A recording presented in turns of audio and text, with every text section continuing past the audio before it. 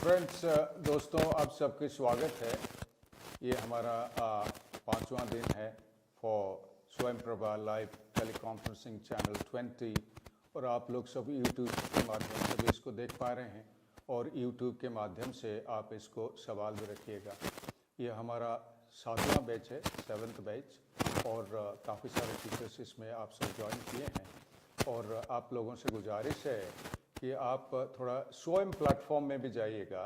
स्वयं प्लेटफॉर्म में जाके डिस्कशन फोरम, प्रिंट, वीडियोज ये सब है, उसको डाउनलोड करिए, दोस्तों के सामने इसको सर्कुलेट करिए, अपने भी प्रिजर्व करके रखिए। बड़ा इंपॉर्टेंट रिसोर्सेस है, नेशनल एक्सपर्ट्स इसको कंट्रीब्यूट किए हैं, तो इनको भी रखिए डिस्कशन फोरम में। इसलिए कि डिस्कशन फोरम का 30% का टेस्ट आप देंगे और छठा दिन के बाद खुल जाएगा।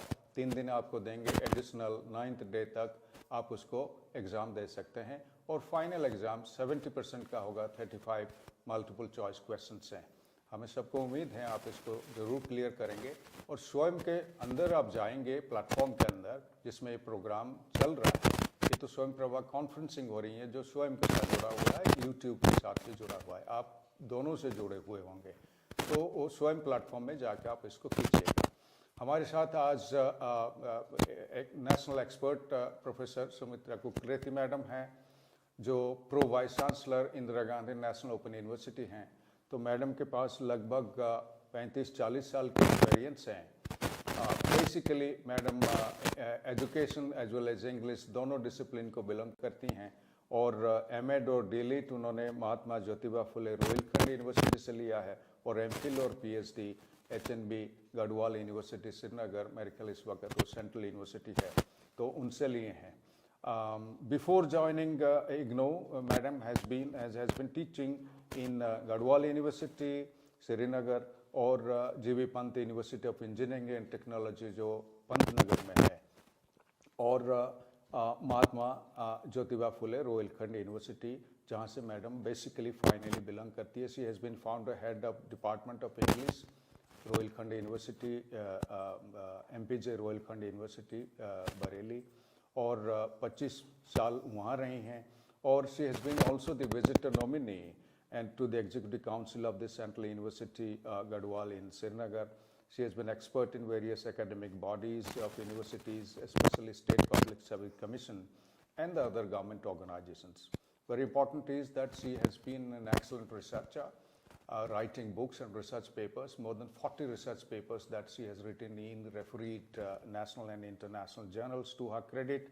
And बहुत बॉडी के साथ मैडम स्पेशली UGC और मिनिस्ट्री बॉडीज़ के साथ मैडम जुड़ी हुई है। हाल ही में अब तो कुछ समय हो गया है, तो इसमें लगभग 50 करोड़ लेबर फोर्स, जिसको हम कहेंगे ऑन ऑर्गेनाइज सेक्टर में है, but they are the labour force working in the unorganise sector. उनके MOU के तहत all of these gradually they will also be trained in their respective discipline areas. और IGNOU उसको credit transfer के माध्यम से इसको हाथ में लिया है। बहुत बड़ा मुद्दा है। 50 करोड़ का मतलब 500 मिलियन ऑन ऑर्गेनाइज सेक्टर, उसमें ऑर्गेनाइज सेक्टर में भी हैं जिनके पास हायर क्वालिफिकेशंस नहीं है। तो madam is chairing that and also coordinating that project.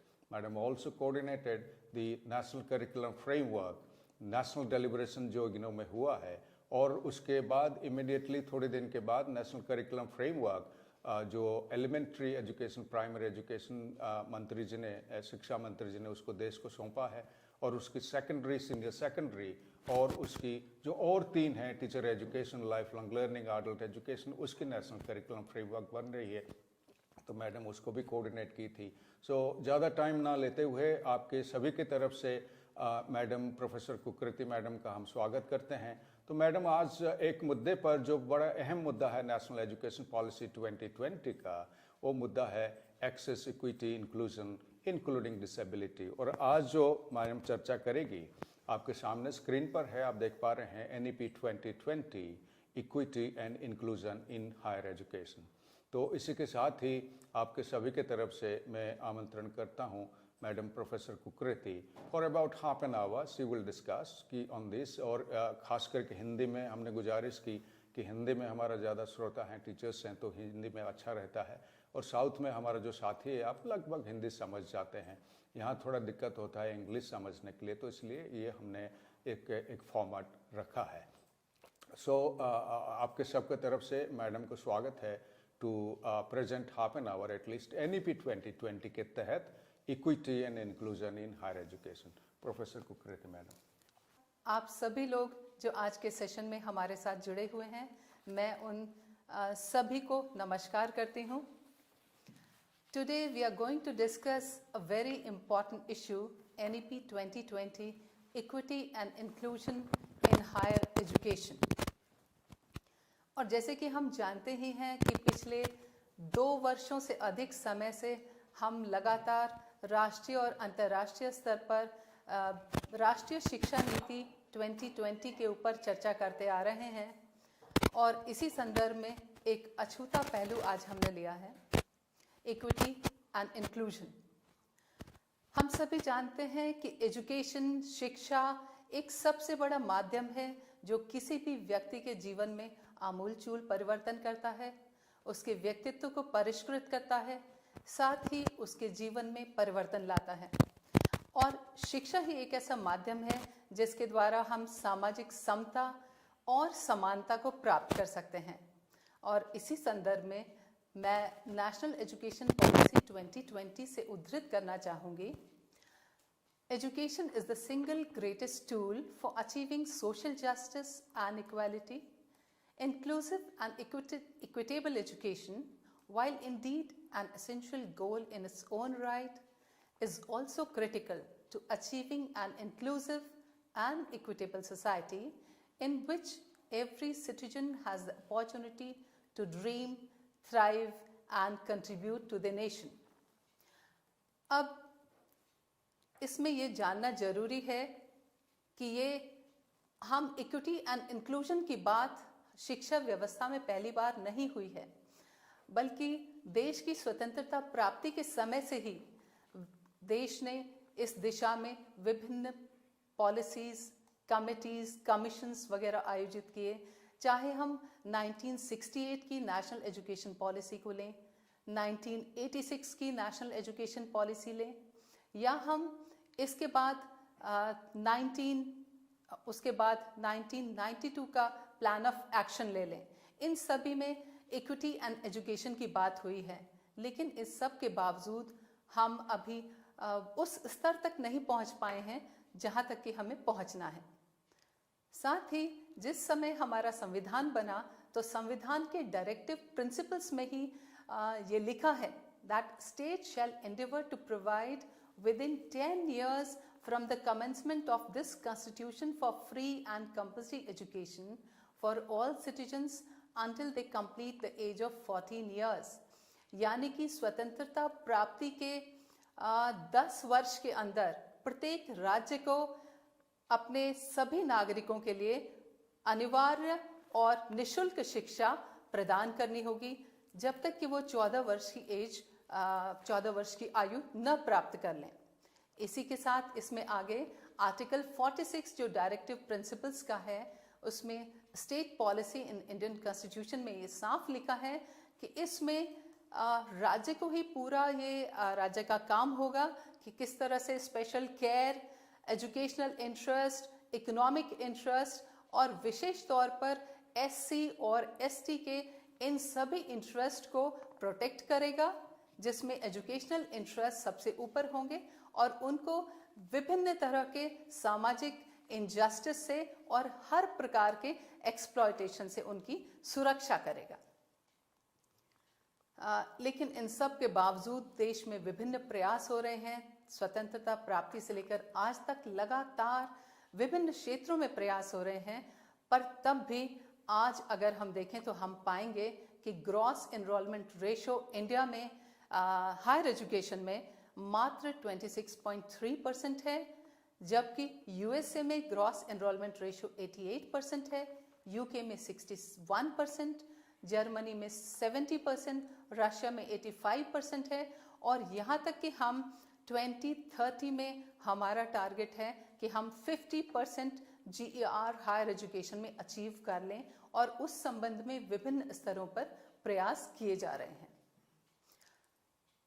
जैसे कि हम जानते हैं, इसी संदर्भ में नेशनल एजुकेशन पॉलिसी का एक मुख्य प्रायोरिटी है कि सभी को समान एजुकेशन के समान अवसर प्रदान करना, विशेष तौर पर जो समाज के वंचित वर्ग हैं उनको एजुकेशन के समान अधिकार प्रदान करना। और ये पॉलिसी स्ट्रेस देती है डाइवर्सिटी, इक्विटी और इंक्लूजन पर। अब इस संदर्भ में अगर हम बात करें तो diversity is all about differences and equity is about providing equal access and inclusion is about fostering a sense of empowerment among people. अब इसमें इक्विटी को हम इस तरह समझ सकते हैं जैसे कि एक कक्षा में 3 विद्यार्थी हैं जो कि अलग अलग हाइट के हैं और उनको एक टास्क दिया जाता है कि वो खिड़की के पास से खड़े होकर बाहर के दृश्य के ऊपर एक निबंध लिखें। अब चूंकि उनमें से 2 बच्चे जिनकी हाइट ऊंची है वो बाहर का दृश्य आराम से देखकर बहुत अच्छे से उस निबंध को लिख सकते हैं, लेकिन एक बालक जो उचक कर भी उस खिड़की तक नहीं पहुंच पाता, उसके लिए किसी भी तरह ये संभव नहीं होगा कि वो खिड़की के बाहर के दृश्य को वर्णन करे। तो इसलिए यदि हम उसको एक स्टूल प्रदान करें जिसके ऊपर खड़े होकर वो आराम से बाहर का दृश्य देखे और उसके बाद उसके ऊपर एक निबंध लिखे, तो ये इक्विटी का ये मतलब है। इक्विटी का मतलब है कि जो वंचित है उसको एक समान स्तर तक लाकर समानता का अवसर देना। एनईपी ने इस विशेष तौर पर सभी इकोनॉमिकली डिसएडवांटेज ग्रुप जो हैं, जिसमें विशेष तौर पर महिलाएं, transgender, SC ST, OBC, minority भी इसमें आ जाते हैं, और वो लोग जो कि गांव से सुदूर क्षेत्रों से और सुदूर क्षेत्रों में निवास करते हैं, साथ ही डिसेबल्ड पीपल, और इन्हीं में माइग्रेंट कम्युनिटीज़ आते हैं, लो इनकम ग्रुप वाले, या वो बच्चे जो कि बहुत एक तरह से प्रताड़ित हैं, सुविधाओं से वंचित हैं, या भीख मांगकर जीवन यापन करते हैं, या किसी भी तरह से ऑर्फन हैं, चाइल्ड ट्रैफिकिंग के शिकार हैं। इन सभी को NEP के तहत क्वालिटी एजुकेशन प्रदान करने के लिए विभिन्न तरह के रिकमेंडेशंस दिए गए हैं। इसको हम इस तरह से समझ सकते हैं, सोशियो इकोनॉमिकली डिसएडवांटेज ग्रुप को हम ब्रॉडली 5 श्रेणी में विभाजित कर सकते हैं। इसमें सबसे ऊपर आते हैं जेंडर आइडेंटिटीज। इसके बेस पर जैसे महिलाएं और ट्रांसजेंडर इसमें आते हैं। दूसरे सोशो कल्चरल आइडेंटिटी जैसे कि SC ST और OBC से संबंधित व्यक्ति, स्टूडेंट्स। ज्योग्राफिकल आइडेंटिटी, इसमें गांव, सुदूर क्षेत्रों में रहने वाले और रिमोट डिस्ट्रिक्ट्स में रहने वाले छात्र जो कि मूलभूत सुविधाओं से वंचित हैं और किसी भी प्रकार उनको वो सुविधाएं प्राप्त नहीं है जो कि बड़े शहरों में या मेट्रोस में रहने वालों को प्राप्त हैं। साथ में इसमें डिसेबिलिटी, विकलांग, या विकलांग is not a very suitable term, persons with disability, और जिसमें लर्निंग डिसेबिलिटी भी शामिल है। तो ऐसे कोई भी व्यक्ति, तो साथ में दूसरे व्यक्ति जो कि विभिन्न प्रकार के बुरे सोशो इकोनॉमिक कंडीशन से गुजर रहे हैं, जैसे लो इनकम ग्रुप वाले लोग, या बच्चे जो बहुत अच्छी सुविधाएं जिनको प्राप्त नहीं होती, और चाइल्ड ट्रैफिकिंग, या जो ट्रैफिकिंग के विक्टिम्स हैं उनके बच्चे, चाइल्ड बेगर्स वगैरह सब इस श्रेणी में आ जाते हैं। अगर हम बात करें तो पूरी देश की हायर एजुकेशन में जो इनरोलमेंट है उसमें इन लोगों का सोशली इकोनॉमिकली बैकवर्ड ग्रुप्स का जो शेयर है वो बहुत कम है। SC चिल्ड्रन प्राइमरी लेवल पर अगर हम देखें तो मात्र 19.6% लोग SC स्टूडेंट्स हायर एजुकेशन तक पहुंच पाते हैं, और इसी में जब वो हायर सेकेंडरी लेवल पर जाते हैं तो उनका प्रतिशत घटकर मात्र 17.3% रह जाता है। शेड्यूल्ड ट्राइब्स की स्थिति और ज़्यादा खराब है, जो कि प्राइमरी लेवल पर मात्र 10.6% स्टूडेंट्स शिक्षा ग्रहण करते हैं, और यही शेड्यूल्ड ट्राइब स्टूडेंट्स जब हायर एजुकेशन में जाते हैं तो उनकी संख्या घटकर 6.8% रह जाती है। और इसी श्रेणी में डिफरेंटली एबल्ड या जो विशिष्ट श्रेणी के बालक हैं वो सिर्फ, जबकि वो हमारी देश की जनसंख्या का 4% विद्यार्थी किसी न किसी प्रकार की विकलांगता से ग्रस्त है, जिसमें कि 2.2% ऐसे हैं जो कि जिनकी बेंचमार्क डिसेबिलिटी जिनमें है, लेकिन उनमें से मात्र आधा 1.1% छात्र ही प्राइमरी शिक्षा ग्रहण करते हैं और हायर एजुकेशन में इनका प्रतिशत 0.25% हो जाता है, जो कि बहुत बहुत शोचनीय है। तो इसी सारे मुद्दों को लेकर, इन्हीं सब चीज़ों को लेकर एनईपी में एक विस्तृत चर्चा की गई है, विस्तृत रिकमेंडेशंस की गई हैं।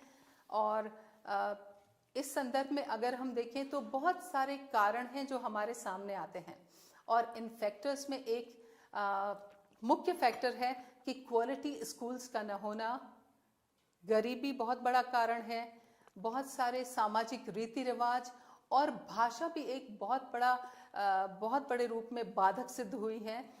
ताकि यदि हम भाषा के एक बंधन को तोड़ पाएं, अगर हम लोकल भाषा में, रीजनल भाषा में या हिंदी में शिक्षा दे पाएं, तो शायद इनका प्रतिशत कहीं आगे बढ़ जाएगा।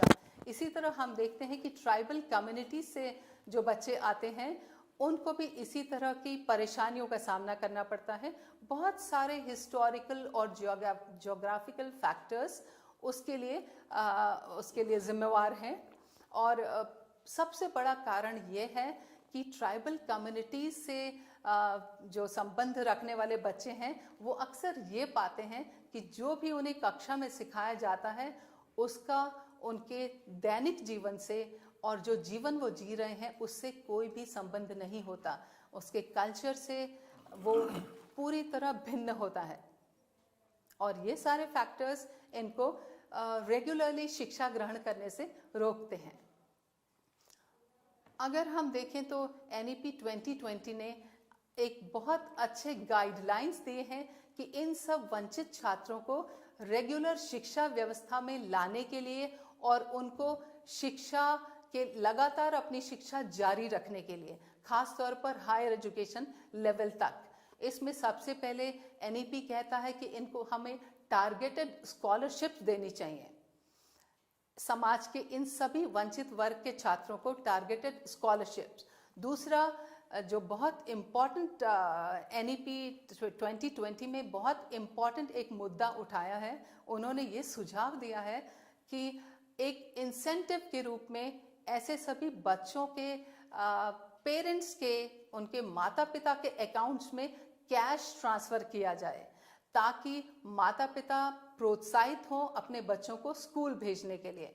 साथ ही ट्रांसपोर्ट के रूप में साइकिल प्रदान करना। अभी हमारे देश के विभिन्न राज्यों ने इसमें काम शुरू किया है और उन्होंने ये पाया है कि खास तौर पर बालिका शिक्षा में ये बहुत अच्छे से इसने बढ़ोतरी दी है, क्योंकि जहाँ पर बालिकाओं को साइकिल प्रदान की गई, वहाँ पर बालिकाओं की संख्या विद्यालय में, कॉलेजेस में काफ़ी ज़्यादा बढ़ गई। साथ ही ये जाना जाता है that we have to build an ecosystem of early childhood care and education, और इसमें स्पेशल एजुकेशन जोन आइडेंटिफाई किए जाने चाहिए। स्पेशल एजुकेशन जोन वो होंगे जहाँ पर कि इस तरह, जहाँ पर SC, ST या OBC या ट्राइबल कम्युनिटीज़ के स्टूडेंट्स बहुत बड़ी मात्रा में रहते हैं। इसी के साथ ऐसे क्षेत्रों में नवोदय विद्यालय और केंद्रीय विद्यालय की तर्ज पर इस बात की आवश्यकता दी है एनईपी 2020 ने कि इन डिस्ट्रिक्ट्स में, स्पेशल एजुकेशन जोन में और इन सभी डिसएडवांटेज एरिया में विभिन्न प्रकार के विद्यालय खोले जाएं जो नवोदय विद्यालय और केंद्रीय विद्यालय के स्तर के ही हों। अब ये नई शिक्षा नीति में दो बहुत महत्वपूर्ण बिंदु उठाए हैं, जैसे कि मैं अभी बता चुकी हूँ। एक इनमें है special social educationally disadvantage group, और स्पेशल एजुकेशन जोन। देश के वो भाग जहाँ पर कि बहुत बड़ी संख्या में बहुत बड़ी पॉपुलेशन जो है वो एजुकेशनली डिसएडवांटेज ग्रुप को बिलोंग करती है, SC ST माइनॉरिटीज़ भी इसमें आते हैं, और socially poor strata of society, साथ में ट्राइब्स। तो इन सबको SEG स्पेशल एजुकेशन जोन घोषित करना चाहिए। और दूसरा, इसमें हायर एजुकेशन में इक्विटी एंड इक्वालिटी के लिए विशेष तौर पर समाज के वंचित वर्गों के लिए, गरीबों के लिए स्पेशल एजुकेशनल फैसिलिटीज़ प्रोवाइड की जानी चाहिए।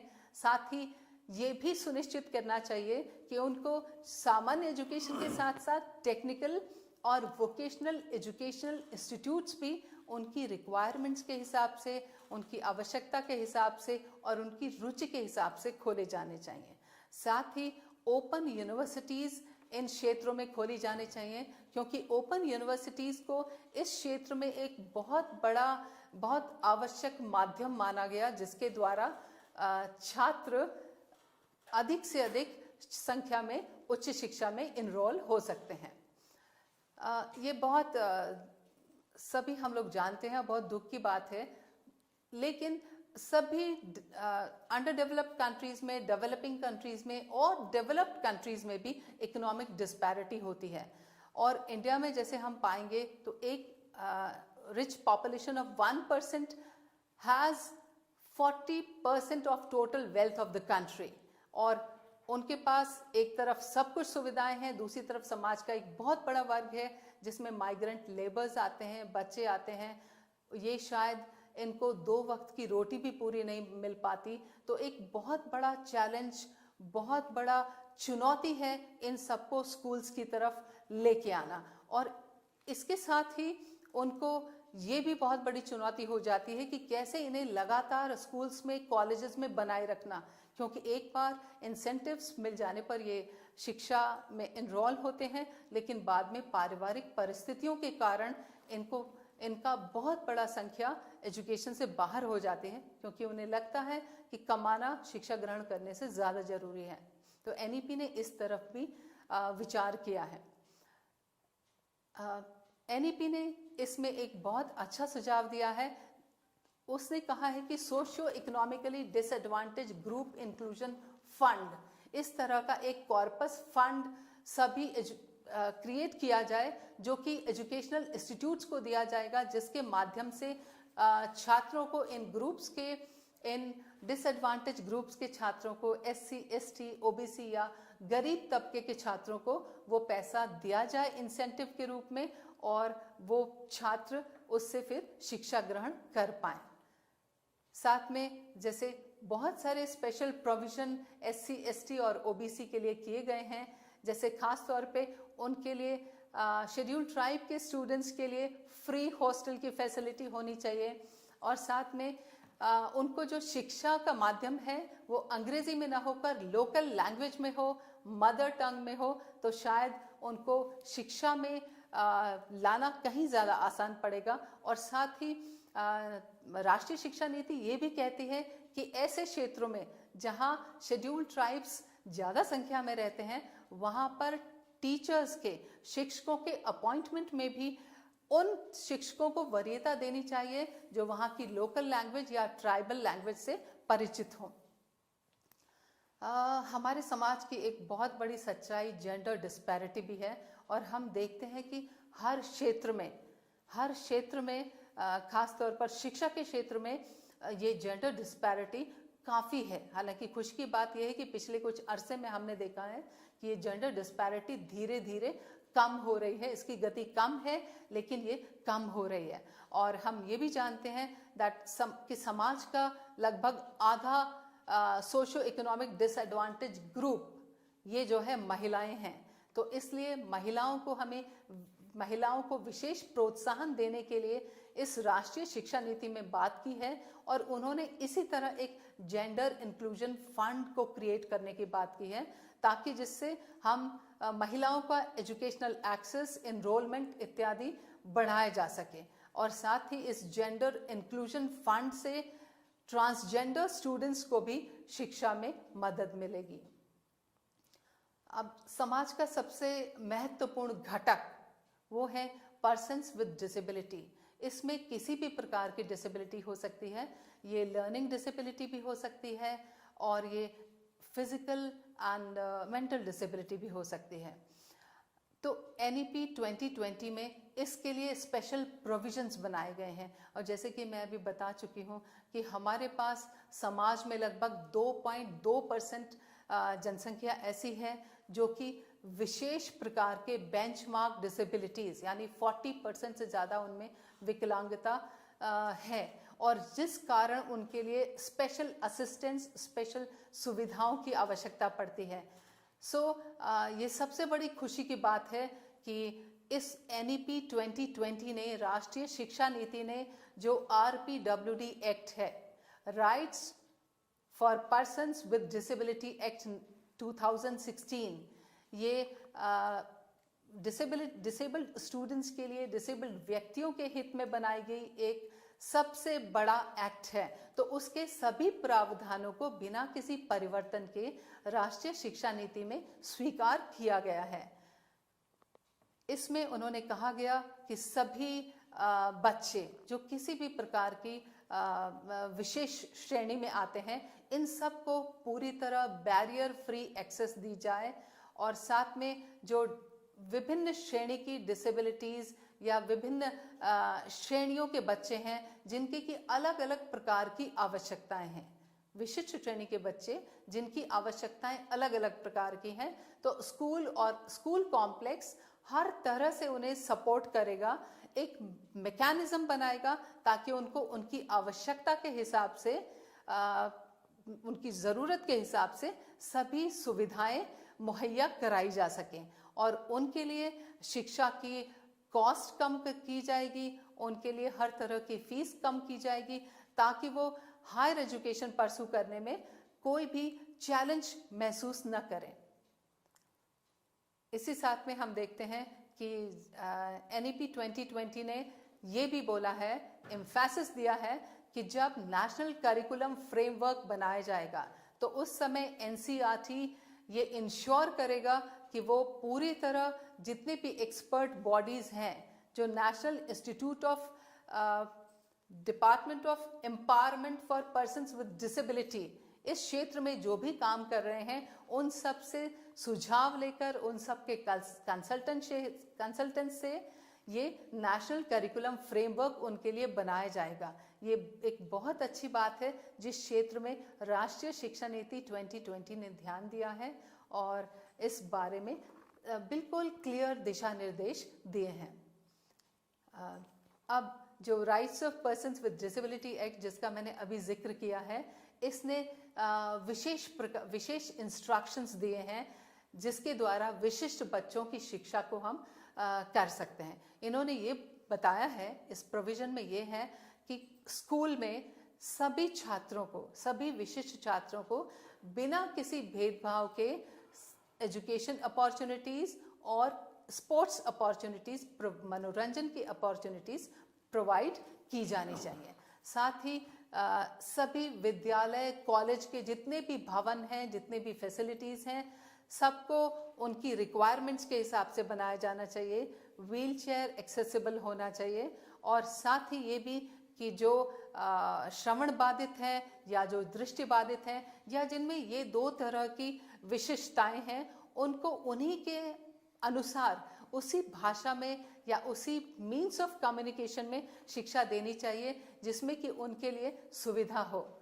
साथ ही एक बहुत महत्वपूर्ण बात है, NEP ने ये भी बताया है और जो कि इस पॉलिसी में ही है कि इन डिसेबिलिटीज़ को, बच्चों की डिसेबिलिटीज़ को जितना जल्दी डिटेक्ट किया जाए उतना जल्दी उनको हम सामान्य रूप से शिक्षा प्रदान कर पाएंगे, क्योंकि जितना जल्दी ये कमियां इनकी देख पाएंगे उतना जल्दी उस दिशा में उन्हें दूर करने का प्रयास किया जाएगा। साथ ही ये भी प्रोविजन है कि इन बच्चों को ट्रांसपोर्टेशन फैसिलिटी प्रोवाइड की जाए ताकि ये सामान्य बच्चों के साथ साथ स्कूल में शिक्षा ग्रहण कर सकें।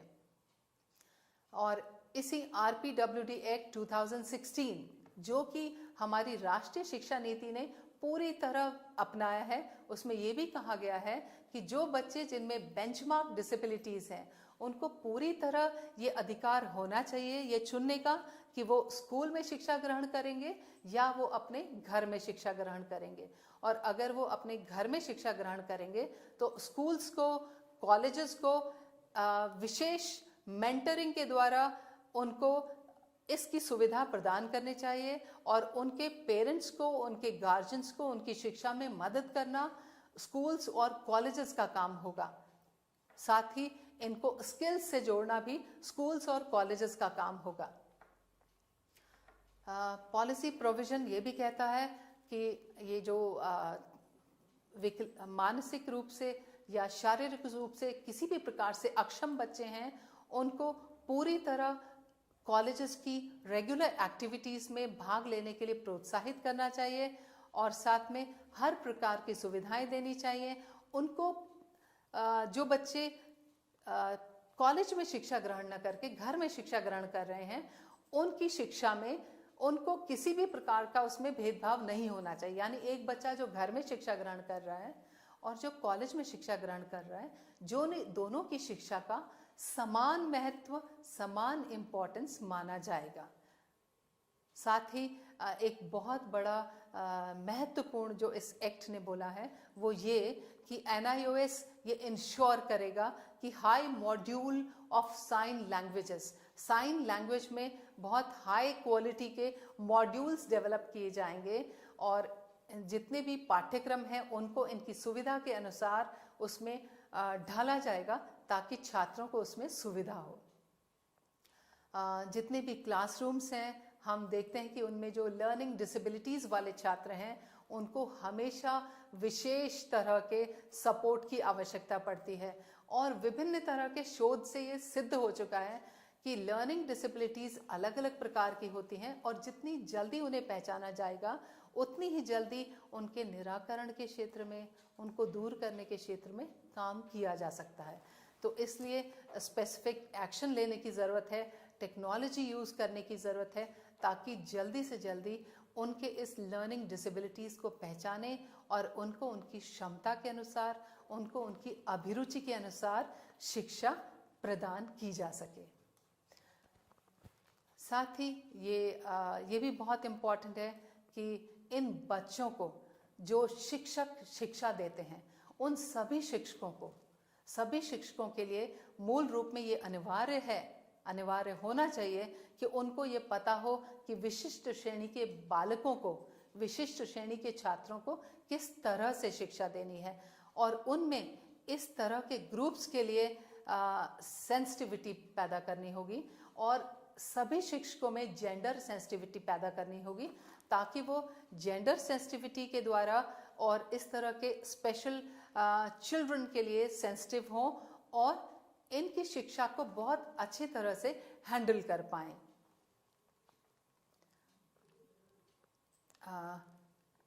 हायर एजुकेशन इंस्टीट्यूशंस में NEP ने ये भी सुझाव दिया है कि सभी छात्रों को विशेष तौर पर उनको स्कॉलरशिप्स दी जाएं, इकोनॉमिक हेल्प दी जाए ताकि ये सभी बच्चे जो सोशो इकोनॉमिक डिसएडवांटेज ग्रुप से संबंध रखते हैं या किसी भी तरह की जिनमें विकलांगता है, ये सभी इनको हम स्कूल तक ला पाएँ। और इसमें विशेष है, जैसे मैं एक बार फिर से कहना चाहूँगी, free of cost hostel facility दी जाए, टेक्नोलॉजिकल सपोर्ट दिया जाए, गाइडेंस एंड काउंसलिंग सर्विसेज इनको प्रदान की जाए। साथ ही ये सुनिश्चित किया जाए कि स्कूल्स में, कॉलेजेस में किसी भी प्रकार का कोई हैरेसमेंट इनको ना हो, क्योंकि ये एक बहुत महत्वपूर्ण चीज़ है। बहुत सारे स्टूडेंट्स वास्तव में इसी वजह से स्कूल्स और कॉलेजेस से जी चुराने लगते हैं जब उन्हें किसी भी प्रकार का हैरेसमेंट या टॉर्चर या उनको उनकी विकलांगता के बारे में, उनकी गरीबी के बारे में कॉन्शियस किया जाता है। साथ ही इसमें आवश्यक ये है कि बहुत अधिक कोर्सेज और प्रोग्राम्स भारतीय भाषाओं में और हिंदी और अंग्रेजी दोनों भाषाओं में डेवलप किए जाएं, विकसित किए जाएं। बिल्डिंग्स और फैसिलिटीज़ व्हील चेयर एक्सेसिबल हो और उन स्टूडेंट्स के लिए जो कि डिसएडवांटेज बैकग्राउंड से आते हैं या डिसएडवांटेज एजुकेशनल बैकग्राउंड से आते हैं, भले ही वो किसी भी वर्ग के हों, उन सब के लिए ब्रिज कोर्स स्टार्ट किया जाए। यहाँ पर मैं ये बताना चाहूँगी, जैसे कि बहुत सारे शोधों में ये पाया गया है कि IITs जो ज्वाइन करते हैं उनमें जितने स्टूडेंट्स IITs की पढ़ाई बीच में ड्रॉप आउट करते हैं, उनमें एक बहुत बड़ी संख्या उन स्टूडेंट्स की होती है जो या तो समाज के बहुत गरीब वर्ग से आते हैं या जो SC होते हैं, SC ST होते हैं। उसका कारण, एक बहुत बड़ा कारण ये है कि इनको शिक्षा हिंदी में ही दी, इनकी प्राथमिक शिक्षा हिंदी में होती है। और चूंकि अभी तक NEP 2020 आने से पहले जितने भी हायर एजुकेशन इंस्टीट्यूशंस थे, उन प्रीमियर हायर एजुकेशन इंस्टीट्यूशंस में शिक्षा का माध्यम अंग्रेजी था। तो धीरे धीरे ये बच्चे शिक्षा में पिछड़ते जाते थे और एक लेवल पर आकर ये अपनी शिक्षा अधूरी छोड़ देते थे।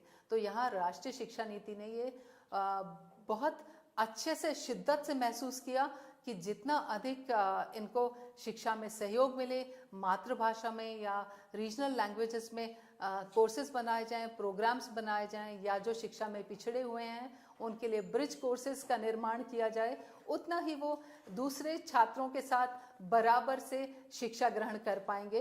ये राष्ट्रीय शिक्षा नीति का एक बहुत बड़ा कदम है। साथ ही ये भी महसूस किया गया कि इन सभी ग्रुप्स के स्टूडेंट्स को विशेष सोशो इकोनॉमिक और एकेडमिक सपोर्ट के साथ साथ मेंटरिंग भी प्रोवाइड की जाए। तो अंत में मैं ये कहना चाहूँगी कि ये देश की शिक्षा व्यवस्था है जो कि ये डिफाइन करती है कि आपका देश कैसा है। Whether we can call it a developed nation, underdeveloped nation और अ डेवलपिंग नेशन। जो राष्ट्र जितना सुदृढ़ होगा उसकी शिक्षा व्यवस्था भी उतनी ही सुदृढ़ होगी। या इसको हम इस तरह कह सकते हैं कि जिस देश की शिक्षा व्यवस्था जितनी सुदृढ़ होगी वो देश भी उतना ही सुदृढ़ होगा, उतना ही विकसित होगा। तो इसी दिशा में हम देखते हैं कि भारत में एनरोलमेंट में विभिन्न आने वाली विभिन्न बाधाएं, इन सब बाधाओं को राष्ट्रीय शिक्षा नीति ने पहचाना है और उसमें इन सब के ऊपर फोकस करते हुए विभिन्न स्तरों पर इसके पहचान के बाद इसके निराकरण के लिए विभिन्न दिशा निर्देश दिए हैं। आज आवश्यकता इस बात की है कि सभी शिक्षक और सभी शिक्षण संस्थाएं इस बात को समझें, इस बात को गंभीरता से लें और उस दिशा में अपना कार्य प्रारंभ कर दें। और इसी तरह अगर हम बहुत गंभीरता से सोशो इकोनॉमिकली डिसएडवांटेज ग्रुप के लिए और PWD के लिए जो भी उनको equitable and inclusive education provide करने के लिए राष्ट्रीय शिक्षा नीति में जितने भी प्रावधान दिए गए हैं, अगर हम गंभीरता से उनको अपनाएंगे तो वास्तव में बहुत जल्दी हम अपने देश का GER 50% बढ़ाने में, जैसे कि 2030 तक अभी टारगेट है, हम वास्तव में इस दिशा में सफल होंगे और हमारा देश भी बहुत तेजी से एक देश विश्व के सबसे संपन्न, सबसे सशक्त राष्ट्र की कतार में खड़ा होगा। धन्यवाद, नमस्कार।